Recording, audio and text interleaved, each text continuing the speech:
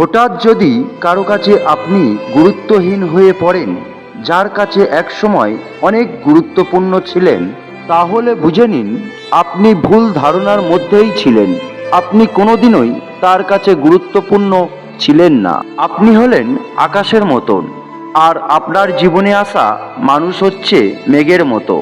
তারা আসবে, তারা যাবে, কিন্তু আপনাকে থাকতে হবে আকাশের মতো স্থির হয়ে।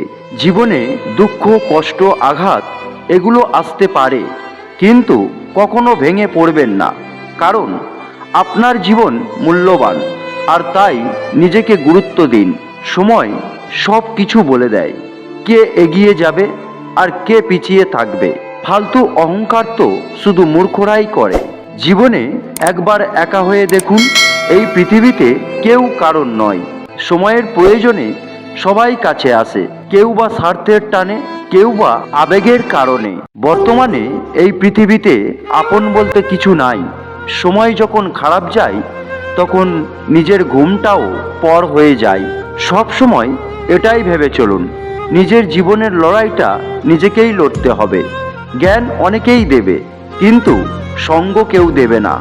কখনো যদি আপনার ঘরের সমস্যা সমাধানের জন্য বাইরের মানুষের, অর্থাৎ তৃতীয় পক্ষ প্রয়োজন হয়, তখনই বুঝে নেবেন আপনার পরিবারটা আর পরিবার নেই, শেষ হয়ে গেছে। হাতের নখ বড় হলে নখ কাটতে হয়, আঙুল নয়। তেমনি সম্পর্কের মাঝে কোনো ভুল বোঝাবুঝি হলে ভুল ভাঙতে হয়, সম্পর্ক নয়। মানুষ সোজা পথে চলতে চায় না, আর বাঁকা পথে সবারই আগ্রহ বেশি। সেই জন্য মদ বিক্রেতাকে কারো কাছে যেতে হয় না, আর দুধ বিক্রেতাকে বাজারে যেতে হয়। আমরা দুধ বিক্রেতাকে সর্বদা বলি দুধে জল মেশাননি তো, অথচ মদে মানুষেরাই জল মিশিয়ে খায়।